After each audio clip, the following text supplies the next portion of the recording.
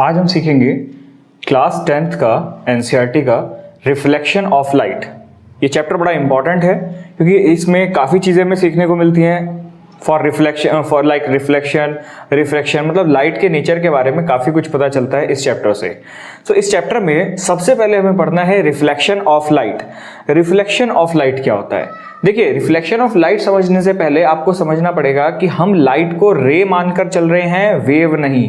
रे मतलब कि उसकी एक डायरेक्शन है, उस डायरेक्शन पे वो जा रही है। Arrows is compulsory when drawing the diagrams. ठीक है, तो जहां पर भी कहीं पे मैं डायग्राम इधर रिफ्लेक्शन का ड्रॉ करूंगा तो उधर एक एरो मस्ट होगा, क्योंकि हम लाइट को एज अ रे कंसिडर करके चलते हैं।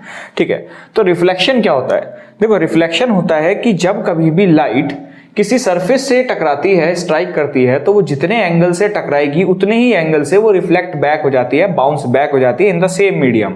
लेकिन ये हमेशा नहीं होता है। ये सिर्फ तब हो पाएगा जब जो हमारा सरफेस है उस सरफेस को हमने सिल्वर्ड या पॉलिश्ड कर रखा होगा। इन दैट केस रिफ्लेक्शन वहां पर टेक प्लेस करता है। तो यहां देखेंगे आप, the bouncing back of light रे when it falls on the polished or silvered surface, इसी फिनोमिनन को कहा जाता है रिफ्लेक्शन ऑफ लाइट।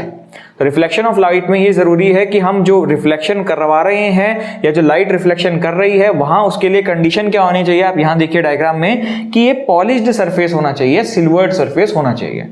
अब यहां पर ये इंसिडेंट रे आएगी, ये एन डैश एक नॉर्मल हम ड्रॉ करते हैं, इमेजिनरी लाइन ड्रॉ करते हैं। इसके बाद ये रिफ्लेक्ट बैक होकर उसी मीडियम में बाउंस बैक कर जाती है। जितने एंगल से आती है उतने ही एंगल से ये रिफ्लेक्ट बैक हो जाती है।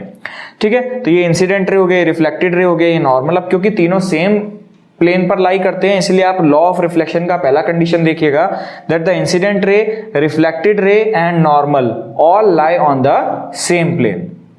Then second, angle of incidence is equal to the angle of reflection, means जितना I होगा उतना ही R होता है। लेकिन एक मैं आपको पॉइंट बताना चाहता हूं regarding reflection of light, that reflection के दौरान कुछ लाइट एनर्जी का लॉस भी हो जाता है as compared to total internal reflection, जो हम आगे पढ़ेंगे। मैं आपको बता देना चाहता हूं कि जो नॉर्मल रिफ्लेक्शन किसी प्लेन मिरर से हो रहा है या किसी भी तरीके के स्फेरिकल मिरर से जो रिफ्लेक्शन होता है उसमें कुछ ना कुछ लाइट एनर्जी लॉस रहता है। ये अंतर रहता है रिफ्लेक्शन और टोटल इंटरनल रिफ्लेक्शन में।